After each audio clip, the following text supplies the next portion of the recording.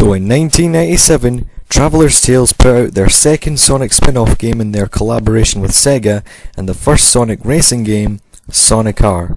Oh hey, wait a minute, what about Sonic Drift? Well, yeah, you already know about that game.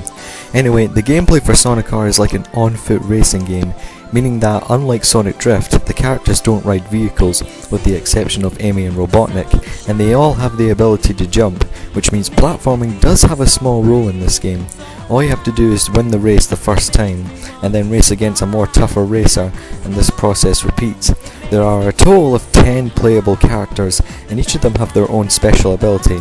Like for example, Sonic is the fastest one, and Knuckles can glide for a short period of time. Now, the tracks in this game have a shitload of shortcuts, so that means you don't have to stay on the regular tracks just to keep winning. However, some of the shortcuts require a certain number of rings to enter. This game also brings back power-ups back from the previous Sonic games like Sonic 3, where if you collect an emblem in each track, it will either give you more rings or shields to help you protect from different hazards. Now, there are a total of 7 Chaos Emeralds to obtain in the first 4 tracks of this game. In order to obtain them, you must find them in hidden parts of the track and finish the race first. Doing that will unlock Super Sonic, which by the way kills the difficulty in the game, because when you play as him in the normal race, there is a 99% chance that you will just win easily. One thing that's worth mentioning is that this is the first, and so far, only Sonic game to introduce Tails' evil counterpart, the Tails doll, who is said to be a very scary character and is believed to have a curse which some people think is actually true and would become more popular in Sonic sprite videos on YouTube. Hello? Would you like to play? Come play with me. Play. Play. Play. Come play with me, my child. Come play with me. Alright, let's just get back to Sonic R before I start having weird nightmares. So anyway, aside from the main gameplay, the game also has 3 bonus modes. There's Time Trial, Tag, where you have to tag the 4 other players, and bursting a number of balloons in each track. When it was released on October 27th, 1997, well, it did pretty much just like Sonic 3D. The critics gave it mixed reviews. They praised it for its graphics and features, but criticised it for its lack of variety, and the most critical of all, the music.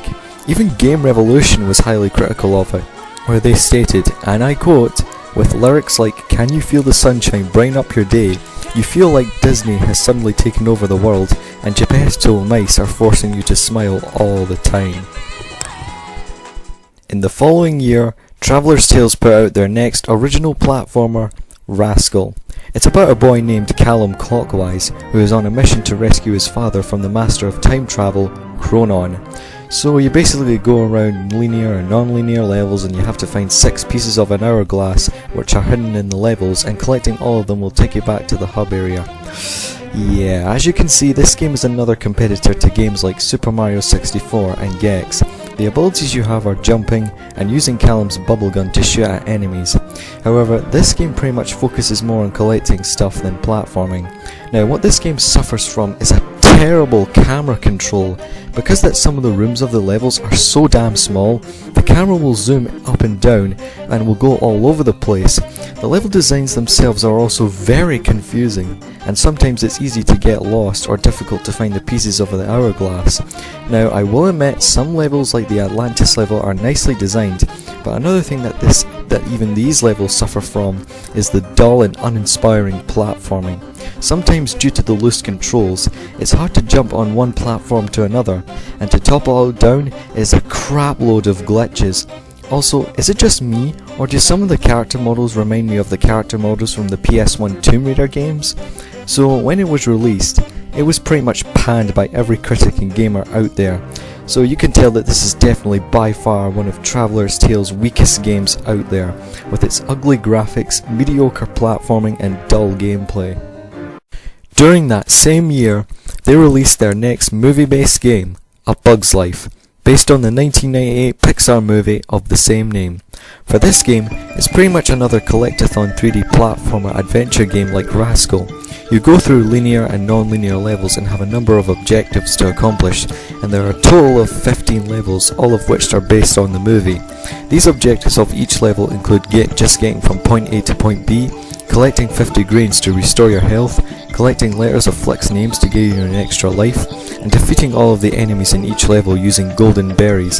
The gimmick of this game is to carry seeds and use them for different situations, like bouncing on mushrooms, climbing on plants, etc. However, these will only work if you've collected the correct token to use them. The ability for this game is finding different types of berries which you can throw at your enemies to defend yourself. If you're able to perform a certain trick in the game, like bouncing on enemies, you will be taken to a bonus level, where all you have to do is just reach to the top. There are several bosses in the game as well. Now I will say some of the bosses in this game are pretty cool, like the first boss Thumper and the final boss with Hopper, but everything else, like the boss fight with the giant fly thingy, is frustrating as hell. Like, the boss with the giant fly is just crammed with objects rolling around, always hitting you, and not giving you one single chance to hit the boss. Another thing I mentioned before about this game in my top 5 games I used to love and now I don't, was the camera. Next to the Gex sequels, this is probably one of the most frustrating camera controls ever to experience in a 3D platformer, because you can only control it with one button instead of two, which would have made it a lot easier to control. Now I will give it this, the soundtrack is pretty good and does have its moments of nostalgia, even though some songs are pretty mediocre. When the game was released, it got even more bad reviews than what Rascal did. Critics called it unplayable, dull, broken, or just plain boring. However, people who played this in their childhood still think it's one of the most classic movie-based games from the 90s. However, Traveller's Tales would definitely improve greatly in 1999, where they released Toy Story 2, the video game, based on the 1999 Pixar film and Toy Story sequel of the same name. Now this game pretty much tries to do the same thing as Rascal did, compete with Super Mario 64 using similar gameplay. However, unlike Rascal, this game does put a bit of decent effort into its gameplay. Buzz has the typical platformer moves like jump, double jump, and his signature laser attack. The game does have you collecting Pizza Planet tokens, which are the main collectibles of the game, by completing a number of tasks just like in Super Mario 64. But the tasks in this game are actually not all that bad. Each level has a Toy Story character that has a task for you to do. For example, if you meet up with Ham, he wants you to collect 50 gold tokens around the levels. If you meet up with a Toy Story character like Bo Peep, they'll have you finding 5 lost items, like in this case, Bo Peep's sheep, which are hidden in the levels. There are also challenges to get Pizza Planet tokens, like racing a certain character, beating time trials, solving numerous puzzles, and fighting a little mini boss at the end.